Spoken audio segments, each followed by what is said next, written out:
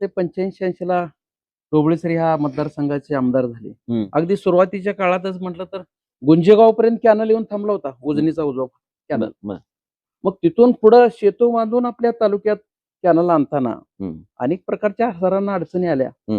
पण त्यांनी त्या शासन दरबारी मांडून मग देशाचे नेते शरदचंद्रजी पवार साहेब असू द्या, अजितदादा असू द्या, यांच्या समोर ह्या भागाची खरोखरच किती अडचण आहे. पाण्याविना भाग किती दुर्लक्षित आहे. ते अवरोषण परोषण क्षेत्रातला भाग आहे आणि ह्या भागाला पाणी देणं गरजेचं आहे. हे त्यांनी शासनाच्या समोर मांडलं, दाखवून दिलं आणि वेळोवेळी पवार साहेबांना सांगितलं की इथं पाण्याची आवश्यकता आहे आणि ह्या कॅनलची कामं पूर्ण होऊन त्या भागातनं कॅनल आणि बुजणीचं पाणी आल्याशिवाय खऱ्या अर्थाने या भागाचा विकास होणार नाही.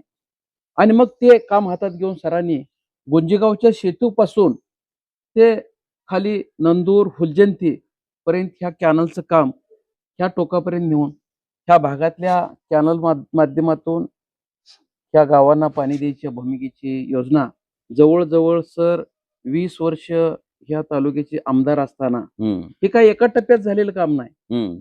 पहिल्या 5 वर्षात थोडं काम झालं, पुढच्या 5 वर्षात थोडं काम झालं, त्याच्या पुढच्या 5 वर्षात काम झालं.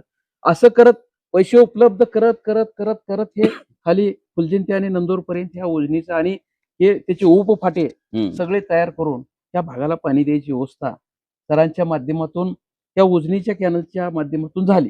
दुसरी गोष्ट, म्हैसाळवरनं पाणी येत होते. सर निश्चित नेहमी म्हणायचे की आज ते लोक म्हणतात की दोड्डा नाल्यात तर पाणी येणार. सरांचं म्हणणं बरोबर होतं, कारण म्हैसाळमधनं येणारं पाणी हे दोड्डा नाल्यातनंच येणार होतं. बरोबर. आणि म्हैसाळच्या जत तालुक्यापासून पुढं कॅनल येईपर्यंत आपल्या तालुक्यात यायला जरा वेळ लागला, कारण पैसेच एवढे उपलब्ध होत नव्हते.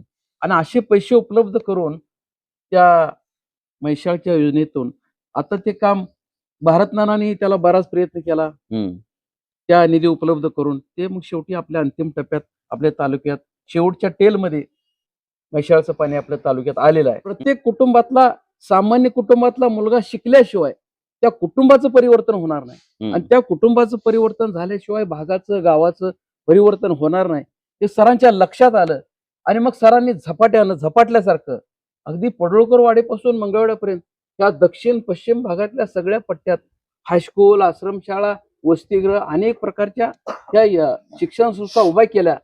अहो, मुलं कशी तरी येऊन मंगळवेढ्यापर्यंत शिकत होती, बरोबर, पण मुली तर फार शिक्षणापासून दूर होत्या, येऊ शकत नव्हत्या. आणि घरात लोकांची मानसिकता नव्हती मुलींना इथपर्यंत शिक्षण द्यायची, मंगळवेढ्यात आणून द्यायची. आणि हे सगळं काम त्या भागात संस्था उभा करून सरांनी शिक्षणात